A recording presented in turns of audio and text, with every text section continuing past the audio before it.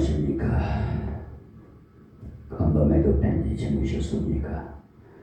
오늘도 새벽 예배 시간 주님과 함께 동행하는 삶이 되기를 주님의 이름으로 축원드리면서 오늘 새벽도 요한복음 강해 설교로 이제 또 3장으로 넘어갑니다. 3장 1절에서 13절 말씀을 봉독해 드리겠습니다. 바리새인 중에 니고데모라 하는 사람이 있느니 유대인의 관원이라. 그가 밤에 예수께 와서 가로되 라비오, 우리가 당신은 하나님께로서 오신 선생인 줄 아나이다. 하나님이 함께 하시지 아니하시면 당신이 행하시는 이 표적을 아무라도 할 수 없음이니이다. 예수께서 대답하여 가라사대 진실로 진실로 내게 이르노니 사람이 거듭나지 아니하면 하나님 나라를 볼 수 없느니라. 니고데모가 가로되 사람이 늙으면 어떻게 날 수 있사옵나이까? 두 번째 모태에 들어갔다가 날 수 있사옵나이까? 예수께서 대답하시되 진실로 진실로 내게 이르노니 사람이 물과 성령으로 나지 아니하면 하나님 나라에 들어갈 수 없느니라. 육으로 난 것은 육으로, 성령으로 난 것은 영이니 내가 네게 거듭나야 하겠다 하는 말을 기히 여기지 말라. 바람이 임의로 불매 네가 그 소리를 들어도 어디서 오며 어디로 가는지 알지 못하나니 성령으로 난 사람은 다 이러하니라. 니고데모가 대답하여 가로되 어찌 이러한 일이 있을 수 있나이까? 예수께서 가라사대 너는 이스라엘의 선생으로서 이러한 일을 알지 못하느냐? 진실로 진실로 네게 이르노니 우리 아는 것을 말하고 본 것을 증거하노라. 그러나 너희가 우리 증거를 받지 아니하는도다. 내가 땅의 일을 말하여도 너희가 믿지 아니하거든. 하물며 하늘 일을 말하면 어떻게 믿겠느냐? 하늘에서 내려온 자 곧 인자 외에는 하늘에 올라가는 자가 없느니라. 아멘. 1절에서 13절 말씀을 봉독해 올렸습니다. 요한복음 1장 1절과 12절을 중심으로 모든 말씀이 전개되고 있는데 요한복음서에서는 한마디로 예수님을 하나님이시고 그분을 만나는 사람은 영원한 생명을 얻는다는 것을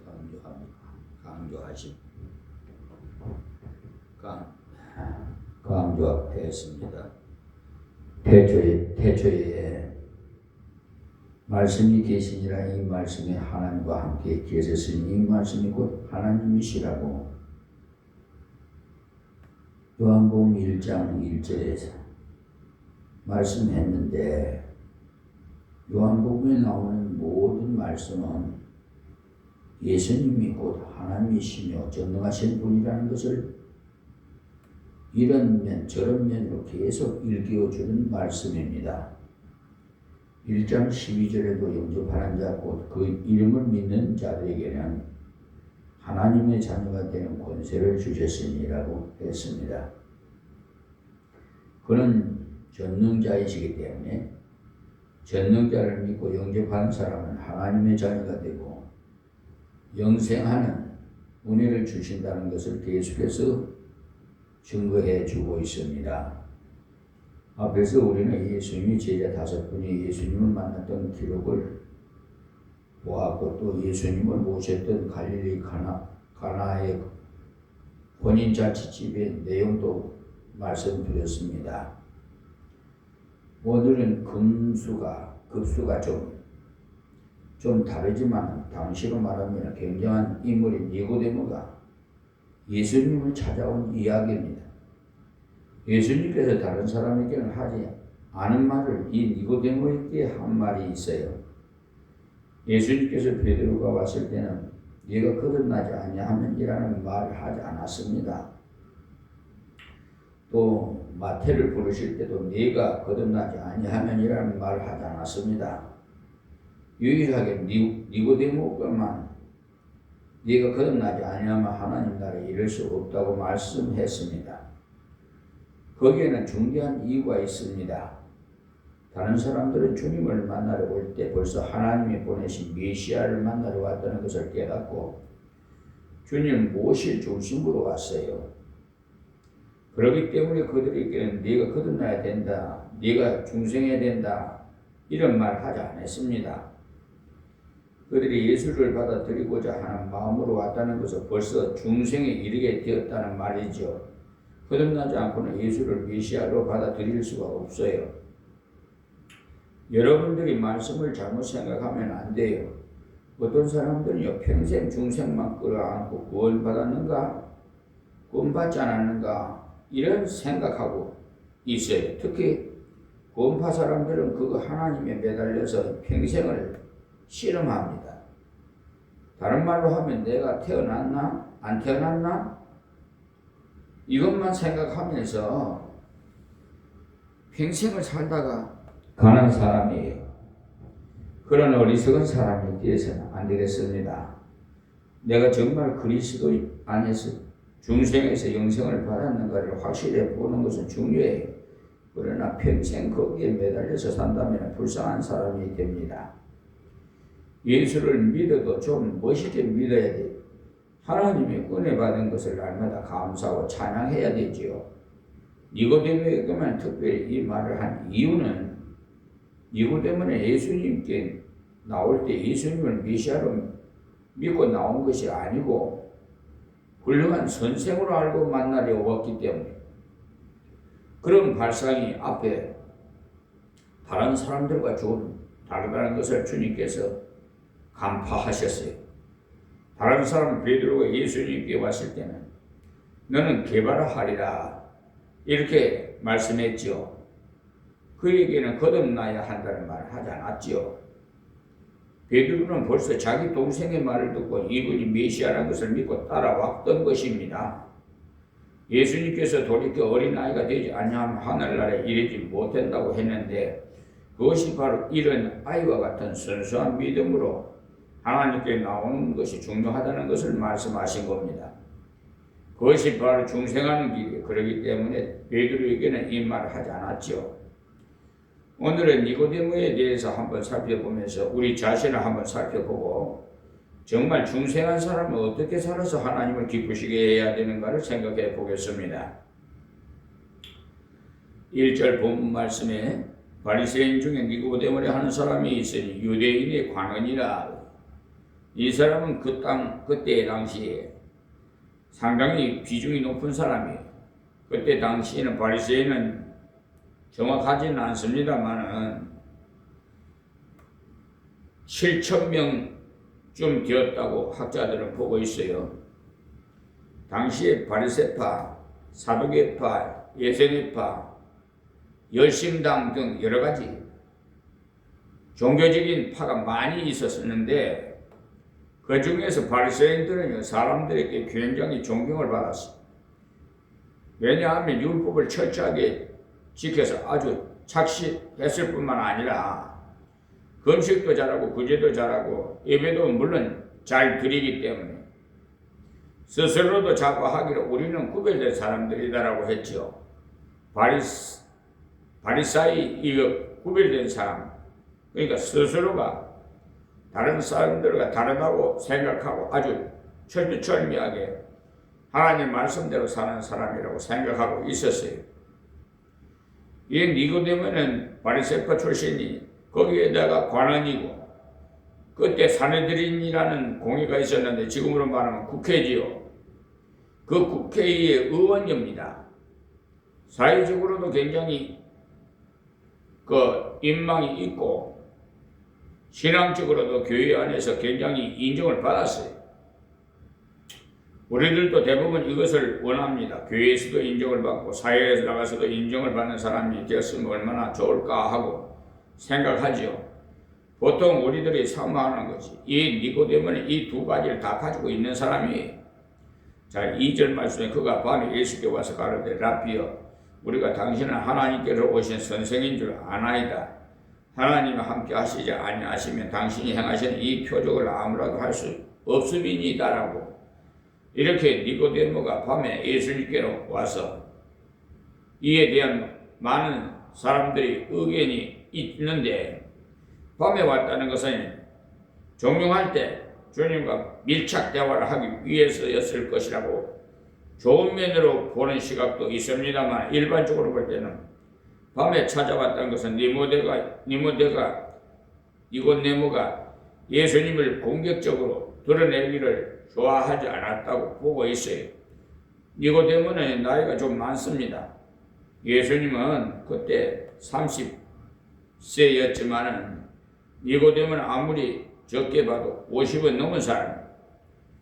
50이 넘은 그 나이는요, 사람이면 사회적으로 국회의원인 그가 새파란 젊은 선생을 낮에 가려니까 사람들이 니고데모 당신도 그를 찾아갑니까? 하면서 곤란할 것이기 때문에 아마 그랬을 것이라고 생각하고 있어요.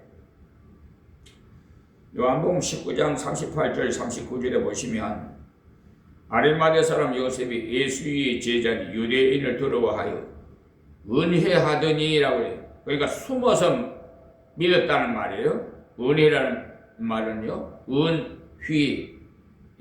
은희하더니. 그러니까 2일 후에 빌라도로 들어 예수의 시체를 가져가기를 구하며 빌라도가 허락하는지라 이에 가서 예수의 시체를 가져가니라. 일찍 예수께 밤에 나왔던 니고데모의 몰약과 침향 섞은 것을 100근쯤 가지고 온지라. 요한복음 19장 38절 39절 말씀입니다. 아리마대 요셉과 니고데모를 비슷한 반을 해놓고 이야기를 했는데 아리마대 요셉도 상당히 큰 부자입니다. 그도 예수님을 믿기를 믿었는데 숨어서 믿었어요. 유대인을 두려워했기 때문에 이 니고데모도 그럴 가능성이 충분히 있습니다. 예수님을 믿되 세상적인 것은 손해보지 않고 믿겠다고 하는 것이요, 그것은 예수님을 나의 주로 믿는 것이 아닙니다. 예수를 믿어도 그냥 믿으면 구원을 못 받습니다. 나의 주인으로 믿어야 돼요. 주라는 말은요, 나의 왕이라는 뜻이거든요. 예수를 나의 주로 믿는다면 세상에 어떤 것도 예수 때문에 문제되는 것은 다 내버릴 수 있어야 돼요. 그것을 가리켜서 해결하고 해요. 세상의 모든 것을 내버리고 주님께로 전환했어요. 그런데 그 니고데모는 아직까지 그런 과정을 전혀 밟지 못했어요. 예수님을 훌륭한 분으로만 알았습니다. 예수를 주여라고 부르지 않고 랍비어라고 불렀죠. 이 랍비는 선생입니다. 랍비어 우리가 당신은 하나님께로서 오신 선생인 줄 아나이다라고 하잖아요. 그러니까 당신이 행하시는 이 표적 아무라도 할 수 없으리이다. 이적을 행하는 것을 보고는 구약에 있었던 엘리야의 같이 훌륭한 선지자와 같은 사람으로 인정을 했다 이 말입니다. 그래서 예수님께서 그 자리에서 바로 전곡을 찔러버렸어요. 너는 아직까지 거듭나지 못했다. 너는 정말 하나님께로부터 새 생명을 얻은 것이 아니라 이렇게 아주 그냥 찔러버렸어요. 꽃게이같이 그냥. 주님께서 그 사람을 지적한 이유가 바로 여기 있습니다. 예수님은 가늠 중에 잡힌 여인에게 거듭나야 된다는 말을 하지 않았어요.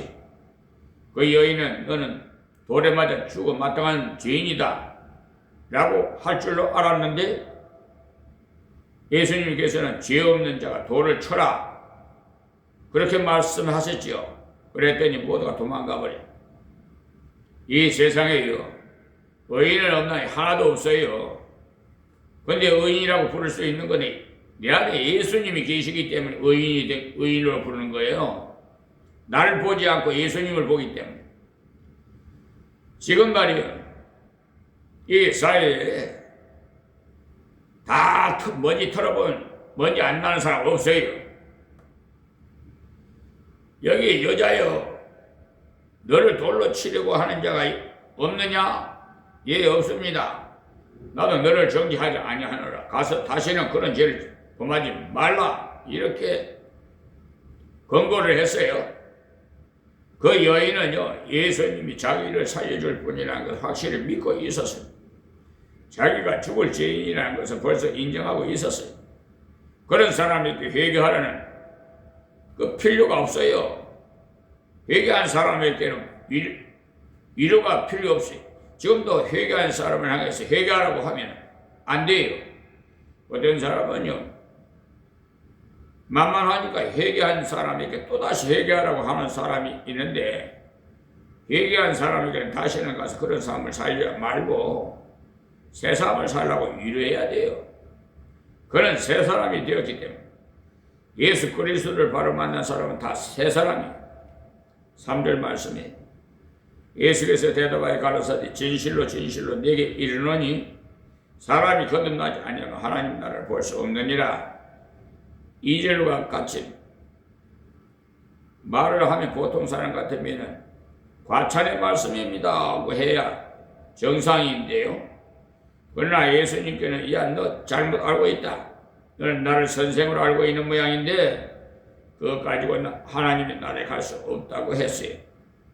진실로 진실로가 이 말은요, 원에는요 아멘 아멘이라고 나와요. 그러니까 진실로 진실로가 아멘 아멘이란 말입니다. 이 말 아주 중요한 진리를 강조할 때만 쓰신 용어입니다. 사람이 거듭나지 아니하면 하나님 나라를 볼 수 없느니라고, 여기서도 내가 거듭나지 아니하면이라고 말하지 않고 사람이 거듭나지 아니하면이라고 말씀하셨어요. 그러니까 니모데오가 자신을 돌아볼 수 있도록 배려를 하신 겁니다. 어떤 사람이라도요, 어머니 뱃속에서 태어난 그대로 구원을 받을 수가 없어요. 모태신앙이니 뭐니 말해서 하대요. 모태신앙이 오히려 격길로 가는 길도 있어요. 아담의 후손은 죄인이, 죄인의 후손은 죄인이, 죄인은 아무도 구원받을 수 없어요. 여기서 말하는 사람이 거듭나지 아니하면, 이라 할 때 거듭난다는 것은 원어에는 위로부터 난다, 하나님께로서 난다는 뜻입니다. 우리는 모정 부혈로 한번 태어났지요. 모정 부혈로 태어난 자는 아담의 피를 받았기 때문에 남에서부터 다 죄인이 원죄를 타고났어요. 우리가 죄를 지는 이유는 죄인이기 때문에. 사과나무는 놔두면 계속 사과를 열립니다. 아무리 따도 또 사과가 열리는 것과 같은 원리입니다.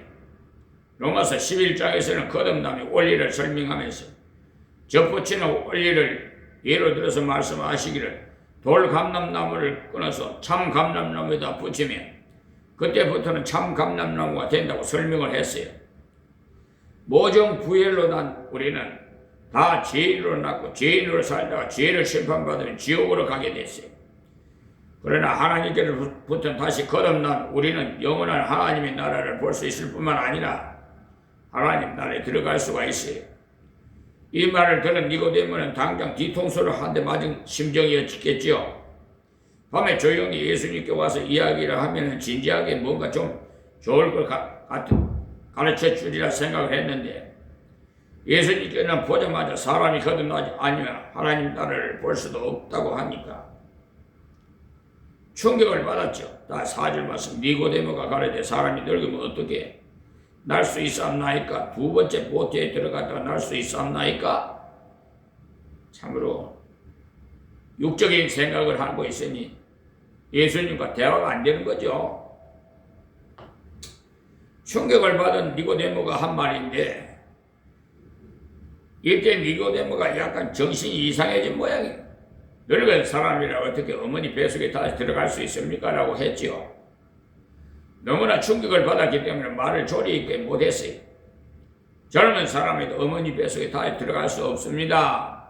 여기 사람이 늙으면 어떻게 날 수 있습니까? 두 번째 모태에 들어갔다가 날 수 있습니까? 이렇게 한 것은 자기를 두고 말한 것이, 이것을 보면 성령으로 거듭나지 못하는 자라는 것을 알 수가 있지요. 거듭나지 아니하는 사람들이 이야기를 들어보면 어린아이 같은 소리를 합니다.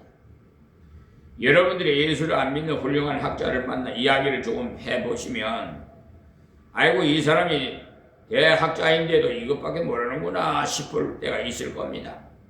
그저 만나면 먹는 이야기, 노는 이야기밖에 하지 않아요. 저도 그런 분들을 많이 만나보고 대화도 많이 해봤는데 10분만 이야기를 해보면 주로 그런 이야기만 한다는 것을 알 수 있어요. 거듭나지 못한 니고데모데 세상적으로 굉장한 수준이 있는 사람인데 예수님 말씀을 듣고 그 말씀에 대해서 바르게 받아들인 것이 아니고 어떻게 어머니 뱃속에 들어갔다가 또다시 나온다는 말입니까? 하는 반응을 보였지요. 예수님 말이 자기에게는 동문서답으로 들렸다는 말이에요.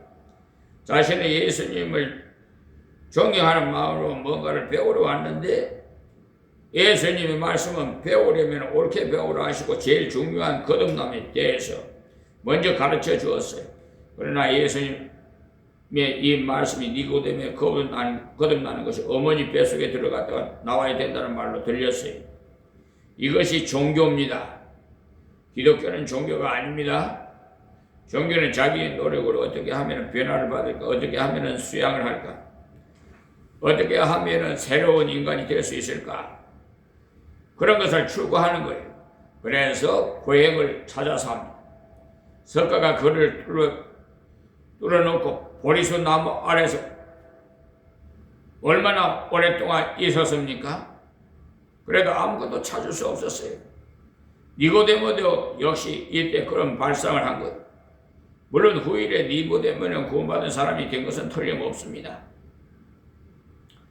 5절 6절 말씀입니다. 예수께서 대답하시되 진실로 진실로 내게 이르노니 사람이 물과 성령으로 나지 아니하면 하나님 나라에 들어갈 수 없느니라. 육으로 난 것은 육으로, 성령으로 난 것은 영이니. 그러니 예수님께서 어머니 뱃속에 2번 아니라 5번을 들어갔다가 나와도 하나님 나라에 들어갈 수 없다는 거 했어요. 여기서 육이라는 말 우리 몸만 가리키는 것이 아니에요. 인간의 죄성을 말하는 거예요. 인간의 죄성은 아무리 새롭게 되려고 노력을 해도 소용없어요. 물과 성령으로 거듭나야만 됩니다. 성경은 하나님의 영으로 우리가 알고 있지만 물은 무엇이냐에 대해서 많은 학자들의 의견이 있어요. 어떤 사람은 세리라고 합니다만 제가 볼 때는 세리일 가능성이 없어요. 왜냐하면 세리를 받지 못한다고 천국까지 못하는 것은 절대 아니기 때문에. 십자가 옆에 한 강도가 언제 세리를 받았어요? 그는 세리를 받은 시간 없어요. 그가 예수님 보고 주여 당신이 나라에 이를 때 나를 기억하소서 했을 때 주님이 너와 내가 오늘 낙원에 있으리라고 했죠. 한마디로 너는 중생을 했기 때문에 오늘 하나님 나라에 나를 만난다는 말씀입니다. 파격적인 선언을 했어요. 그것을 보면 여기서 말하는 물이 세리를 말하는 것이 아닌 것이 틀림없습니다. 베드로전서 1장 23절에 보시면 너희가 거듭난 것이 썩어질 씨로 된 것이 아니요 썩지 아니할 씨로 된 것이니 하나님의 살아있고 항상 있는 말씀으로 되었느니라고 했어요. 그러니까 썩어질 씨는 육체의 그 씨를 가리켜요. 곧 모종 부예를 말하는 거예요. 그렇게 난 씨는 아무리 좋은 가문에 태어나도 중생할 수 없어요. 목사 집에서 태어났다고 해서 중생하는 것도 아니고 장로 집안에 태어났다고 해서 중생하는 것도 아니에요. 하나님이 살아있고 항상 있는 말씀으로 되었느니라고 했죠. 하나님 말씀을 듣고 믿을 때 되었다는 말이 야고보서 1장 18절에도 그가 조물주 중에 우리로 한 1000열매가 되게 하시려고 자기의 뜻을 쫓아 진리의 말씀으로 우리를 낳았느니라고 했어요. 그러니 진리의 말씀으로 우리를 낳으셨다고 했어요. 고린도전서 4장 15절에도 그리스도 안에서 1만 서성이 있으되 아비는 많지 아니하니 그리스도 예수 안에서 복음으로써 내가 너희를 낳았음이라고 했어요. 베드로전서 1장에는 말씀으로 되었다고 했고, 야고보서 선생은 진리 말씀으로 나왔다고 했어. 또한 바울 사도는 복음으로 나왔다고 했어. 먼저 말씀으로, 그 말씀 중에서 진리의 말씀 중에서도 제일 중요한 복음으로 우리를 낳았어. 예수 그리스도께 나를 위해서 십자가에 죽으시고 내 죄를 완전히 사해 주시고 나를 위해서 다시 3일 만에 살아나셨다는 것을 믿고 그 예수님을 내 주님으로 받아들이는 사람은 죄사함을 받고 영생을 얻었다는 것이 복음이며, 그 복음을 믿는 사람이 중생한 사람이 물과 성령으로 성령이라고 해. 했는가 아무리 복음을 전해줘도 성령이 역사하지 않으면 믿어지지 않기 때문에, 성경의 유대인은 표적을 구하고 헬라인은 지혜를 구하라고 했죠. 유대인은 종교적인 민족이기 때문에 이적을 보여주면 믿겠다고 하고, 헬라인은 지혜를 구한다고 했는데 지혜는 이론 지식입니다. 논리적으로 맞게 설명을 해보라고 합니다. 내가 납득이 되어야 믿겠다는 거죠. 바울 사도가 유대인은 표적을 구하고 헬라인은 지혜를 구하나 우리는 예수 그리스도의 십자가의 전하니까 유대인에게는 꺼리끼는 것이요 헬라인에게는 어리석은 것이라고 했어요. 유대인이 왜 꺼리낍니까? 자기들이 예수님을 십자가에 못 박혔기 때문에. 그런 십자가의 도를 전하니까 마음에 꺼리끼는 거죠. 또 헬라인들은 들어보고 어리석다고 했죠. 십자가에 못 박았을 때 내려오라고 하면서 내려올 수 있어야 예수님의 능력이 있다는 증거가 나타날 것인데 내려오지 않고 죽으신 것을 보니 자기들이 이론적으로는 안 맞다는 말이에요. 그러나 복음을 받은 우리에게는 십자가는 하나님의 지혜요 하나님의 능력이, 우리는 예수 그리스도의 복음을 들었을 때 믿어졌습니다. 믿어지는 순간이 다시 태어난 순간이 고린도전서 12장 3절에 성령으로 아니고는 누구든지 예수를 주시라 할 수 없느니라고 했잖아요. 여러분이 정말 예수 그리스도를 주여라고 고백할 수 있다면 중생한 사람이 거듭났어요. 십자가 옆에 한 강도가 그 이전까지 계속 강구짓만 하다가도 예수님이 그 말에 있는 원수들을 이때 원수들을 위해서 기도해 하시는 것을 보시고 예수님이 죄 있는 보통 사람일 수가 없다고 판단했지요. 이분은 분명히 하나님이 보내신 죄인을 구원할 구주다라고 생각을 했어요. 아무리 죄가 많은 사람도요 자기에게 형벌을 주는 사람을 보고 욕을 합니다. 마땅히 당할 것을 당하면서도 욕을 해요. 그런데 예수님은 죄를 하나도 짓지 않았음에도 불구하고 십자가에 못 박히시면서까지 아버지여 저들이 사하여 주옵소서 자기 하는 것을 알지 못하니이다 이렇게 위해서 기도해 줬잖아요. 그때 예수님 십자가 옆에 두 강도가 같이 달려 있었지만 한 강도만 그 말을 듣고는 이분은 하나님의 아들이시며 정말 나의 죄를 속할 분이시다고 받아들였어요. 그런 다른 말을 하지 않았습니다. 나를 천당에 보내주십시오 하지 않았어요. 그 말을 하기에는 너무너무 가책이 앞섰기 때문에. 그래서 주여 당신의 나라에서 이럴 때 나를 생각해 주십시오라고 그 말만 했어요. 주님의 놀라운 사랑을 받기 때문에 주님이 생각만 해주시면 틀림없이 자신을 영원한 나라로 인도해 줄 것을 믿었기 때문에. 그래서 예수님께서 그 믿음을 보시고 오늘 너와 나와 함께 나 안에 있으리라고 했잖아요. 십자가의 은혜로 제1호로 구원받은 사람이 바로 그 사람이 하나님의 복음의 말씀을 들었을 때 성령이 역사하면 그 사람은 다시 태어납니다. 우리가 전도를 많이 해야 되는 이유가 바로 그것입니다. 아무리 똑같은 말씀을 전해주었는데도 성령이 역사하면 팍 믿어지는데 성령이 역사하지 않으면 설명을 아무리 잘해줘도 못 알아들어요. 자, 6절 말씀, 육으로 난 것은 육이요 성령으로 난 것은 영인이라고 했지. 그러니까 육으로는 몇 번을 다시 태어나도 소용이 없어요. 육으로 난 것은 여전히 육일 뿐이에요. 성령으로 거듭날 때만이 성령이 돼. 사람이 처음 지원받고 난 다음에 하나님께서 생기를 불어넣으니까 생명이 된지라고 했지요. 성령으로 난 사람은요 그와 같이 살아있는 영이 된다 이 말입니다. 7절 말씀에 내가 네게 거듭나야 하겠다 하는 말은 기이 여기지 말라. 그래 그 말을 이상하게 생각하지 말라는 거죠. 8절에 바람이 임의로 불 때 네가 그 소리를 들어도 어디서 오미 어디로 가는지 알지 못하나니 성령으로 난 사람은 다 이러하니라. 그러니까 성령으로 난 사람은 성령으로 나는 것인지 겉으로는 전혀 표가 나지 않아요. 그렇기 때문에 여러분들이 아무나 보고 저 사람은 거듭나지 못했다는 말을 함부로 하지 마세요. 어떤 사람은 교회에 와서도 그런 소리 하는 사람이 빈번히 있는데 말 조심하세요. 괜히 입으로 죄짓지 마시고 여기서 예수님은 성령으로 난 사람을 바람과 같다고 했어요. 바람이 이리저리 불지만 우리 눈에는 아무것도 보이지 않는 것과 같이 성령으로 난 사람도 역시 마찬가지로 육안으로는 볼 수가 없어요.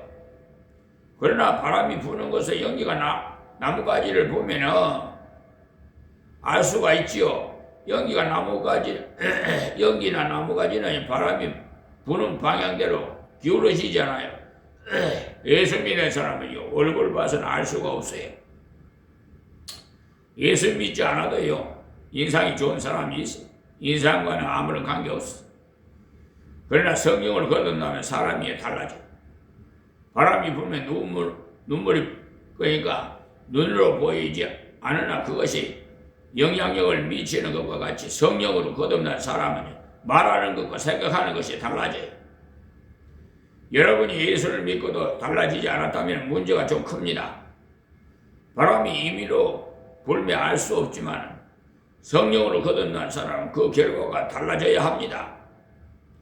예수 믿는 사람의 특징을 말할 때 바울은 그런즉 믿음, 소망, 사랑 이 세 가지는 항상 있을 것인데 그 중에 제일은 사랑이라고 말씀했어요. 그 세 가지만 잘 보면 됩니다. 먼저 믿음, 그 사람이 무엇을 믿고 사는가? 돈을 믿고 사는가? 지식을 믿고 사는가? 예수를 믿고 사는가?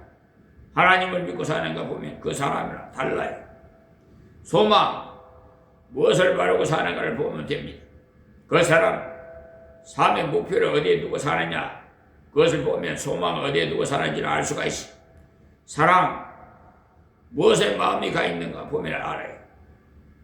사랑은요 다른 것이 아니에요. 마음이 가 있는 것입니다. 돈을 사랑하면 일만하게 뿌리가 된다고 했죠. 마음이 항상 돈에 가 있는 사람은 돈을 사랑하는 사람, 마음이 항상 교회에 가 있는 사람은 교회를 사랑하는 사람, 마음이 항상 영혼을 생각하는 사람은 영혼을 사랑하는 사람. 이 세 가지를 한번 살펴보십시오. 나는 무엇을 믿고 있는가? 나는 무엇을 기대하고 있는가? 나는 무엇을 마음에 집중하고 있는가? 한번 자기를 잘 돌아보시고 하나님 앞에서 거듭난 자의 삶에 열매가 있기를 바랍니다. 다음 9절 말씀에 니고데모가 대답하여 가로되 어찌 이러한 일이 있을 수 있나이까? 그러니까 니고데모가 어찌 이런 일이 있을 수 있습니까? 하고 물으니까 10절에 예수께서 가라사대 너는 이스라엘의 선생으로서 이러한 일을 알지 못하느냐? 그러니까 너는 이스라엘 선생으로서 그것도 모르느냐고 하셨지요. 사실 이런 것들이 이스라엘 선생으로서 알아야 될 것들입니다. 예수의 36장에 한번 가보시면 열어보시면요 하나님께서 벌써 많은 사람에게 이러한 것들을 보여주었는데도 그들이 제대로 못 깨닫고 있으니까 알 수 있지 못했지요. 또 새 영을 너희 속에 두고 새 마음을 너희에게 주되 너희 육신에게 굳은 마음을 제하고 부드러운 마음을 줄 것이며 또 내 신을 너희 속에 두어 너희로 내 율례를 행하게 하리니 너희가 내 규례를 지켜 행할지라. 에스겔서 36장 26절에서 27절 말씀이에요. 그리고 하나님께서 새 영을 너희 속에 두고 새 마음을 너희에게 주되라고 했지요. 육신에서 굳은 마음을 제하고 부드러운 마음을 줄 것이며라고 했지요. 이렇게 구약에서 벌써 다 말씀해 주셨어요. 그런데 니고데모는 그런 말씀을 잘 생각하지도 않고 그저 어떻게 하면은 법을 잘 지켜서 하나님 앞에 점수를 많이 딸까? 그런 생각만 했어요. 그런 종교적인 사람, 종교인이 되면 멸망해.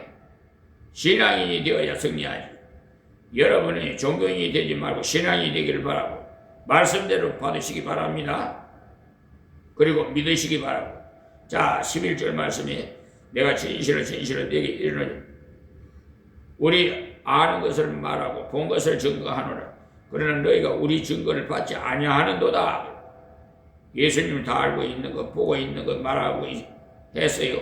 예수님은 전능하신 분이기 때문에 사람이 중세하는 것도 다 아시고 보셨다는 말씀이에요. 베드로를 소명하실 때도 베드로가 하던 것을 버리고 주님을 따르는 것만 봐도 그는 믿음이 있는 증거를 보았다 이 말이에요.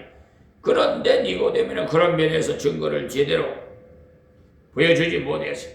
단순하게 주님이 증거를 받지 못했기 때문에 12절에 내가 땅의 일을 말하여도 너희가 믿지 아니하거든 하물며 하늘 일을 말하면 어떻게 믿겠느냐. 그러니까 땅의 일을 다른 것이 아니고 중생하는 이야기인데 구원받은 이야기인데 하늘의 일을 영생하는 일입니다. 그러니까 중생한 자가 영생을 하는데 땅의 일인 중생을 말해도 알지 못하는데 하늘의 일인 영생의 일을 이야기해봤자 어떻게 알아듣겠느냐는 거죠. 자, 13절이에요. 하늘에서 내려온 자 곧 인자 위에는 하늘에 올라간 자가 없느니라. 그러니까 이 땅에 오신 예수 그리스도 위에나 하나님께서 하늘에서 이 땅에 보내신 자는 아무도 없어요. 예수 그리스도의 유일성을 말합니다. 그러므로 오늘 새벽에 우리는 여기서 중생이 무엇이냐에 대해서 다시 한번 새겨 보십시오. 그리고 예수 그리스도의 성령 우리 속에 역사할 때 그 예수 그리스도를 나의 주로 믿어지는 것, 그리고 내가 죄인인 줄 알고 하나님께로 돌아서는 것이 중생입니다. 즉 회개가 되는 거예요. 회개와 믿음이 중생의 증표입니다. 고린도후서 5장 17절 그런즉 누구든지 그리스도 안에 있으면 새로운 피조물이라 이전 것은 지나갔으니 보라 새 것이 되었더라고 했죠. 우리는 노력해 나가야 하는 상태에 있는 것이 아니에요. 새로운 존재로 시작합니다. 믿음이 바뀌어 돈 믿고 살다가 예수 믿고 살게 되었어요. 이 땅에서 소망을 가지고 뭔가를 이루며 살려고 생각하다가 영원한 천국을 소망하며 살게 되었어요. 이 땅의 것을 사랑하다가 주님을 사랑하게 되었어요. 교회를 사랑하게 되었어요. 갈라디아서 6장 15절에 보면 할례나 무할례나 아무것도 아니로되 오직 새로 지으심을 받은 자뿐이니라고 했어요. 그러니까 우리는 새로 지음을 받았어. 에베소서 2장 1절에도 너희 허물과 죄를 죽었던 너희를 살리셨도다라고 했어요. 우리는 죽었던 자가 부활한 것과 같아요. 중생의 과정을 물과 성령으로 된다고 했죠. 다른 건 아무것도 없어요. 하나님의 복음의 말씀을 들을 때 성령이 역사해서 믿을 때 중생하게 됩니다. 중생의 결과는 하나님의 자녀가 되는 거예요.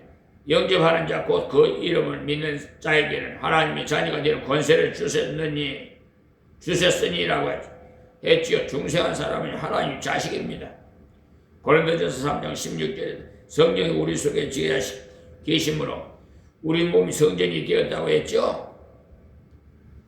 구원받았기 때문에 그때부터 우리 몸은요 내 것이 아니고 하나님의 성령이 거하시는 성전이 되었어요.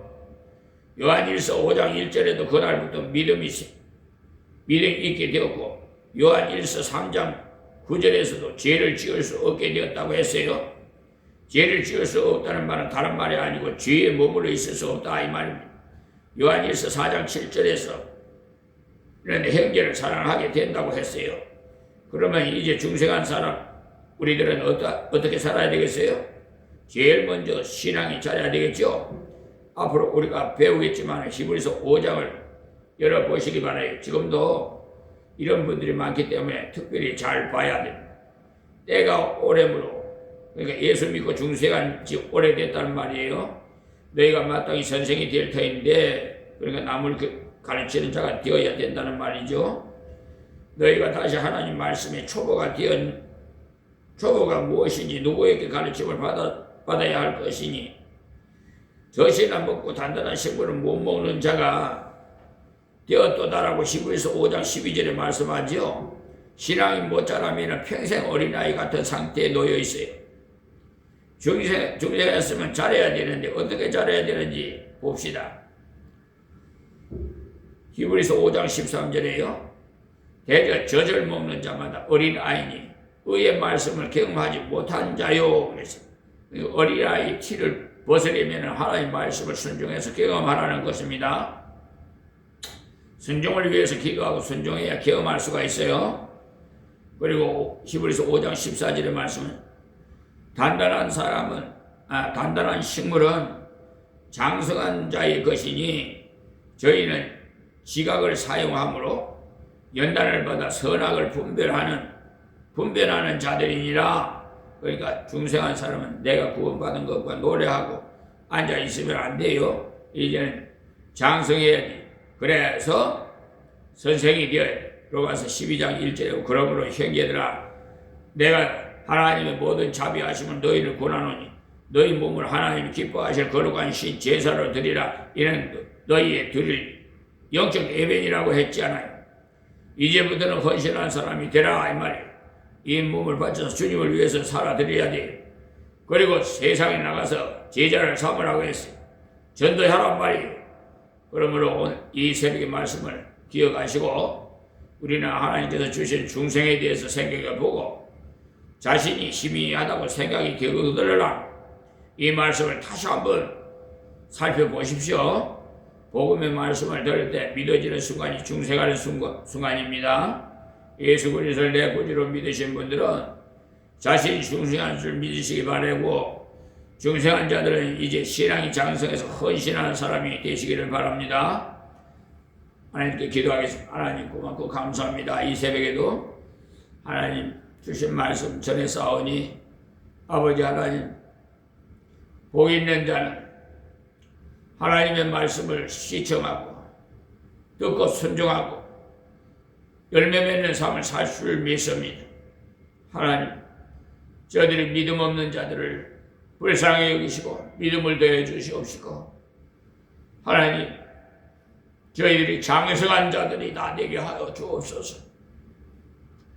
세계 83억 인구 중에 하나님 지금도 하나님의 말씀을 받지 못한 백성들이 너무나 많사오니 하나님 저들을 회개시켜 주시옵소서.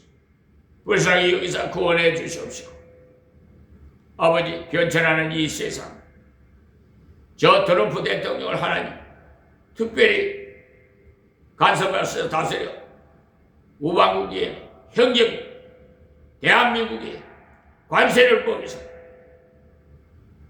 자기들의 자국 이익을 차리기 위해서 온갖 짓을 다 하고 있으니 하나님 말씀에 불순종하는 트럼프 대통령을 하나님 회개시켜 주시옵시고 하나님의 음성을 두려워하는 자가 되게 하옵소서.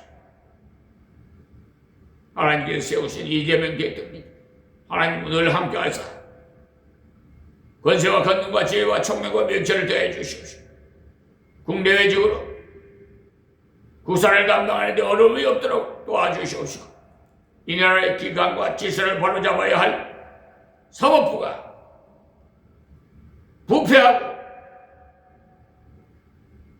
사기 재판을 치고 국민 위에 군립하고 헌법 103조 위에 군립해서 자기 임의대로 우지자지하는 저 불의한 모든 법관들을 하나님이 척결해 주시기를 원합니다. 저들은 암존재와 같은 자들이니까 하나님 구별시켜 주시옵시고 회개시켜서 새로운 사람으로 거듭나게 해 주시옵소서. 하나님 역사해 주실 줄 믿사옵고 존귀하신 예수님의 이름으로 기도하옵니다. 아멘. 하나님 이 시간 또 거듭 기도드립니다. 종이 머물고 있는 이 강화도 군청 하나님 아버지 군수를 비롯해서 모든 공직자들 하나님 일일이 간섭하시옵소서. 근본 발생한 색동이라나 하여튼 무리를 이루고 이런 것 철저히 수사하게 하여 주시옵시고 전수조사에서 엄벌에 처하게 하시옵소서.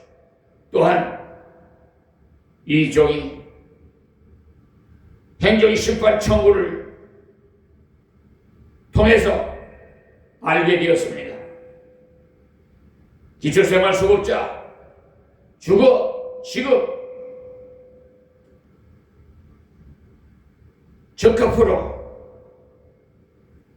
체크되어 있는데도 주거급여를 수급자에게 입금시키지 않고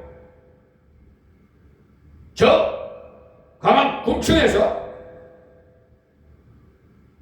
착취하고 폐취하고 저들이 국민 내는 혈세를 가지고 수급자를 기망하고 사기를 치고 횡령을 하고 매우 이런 각각의 죄를 많이 지고 있으니 하나님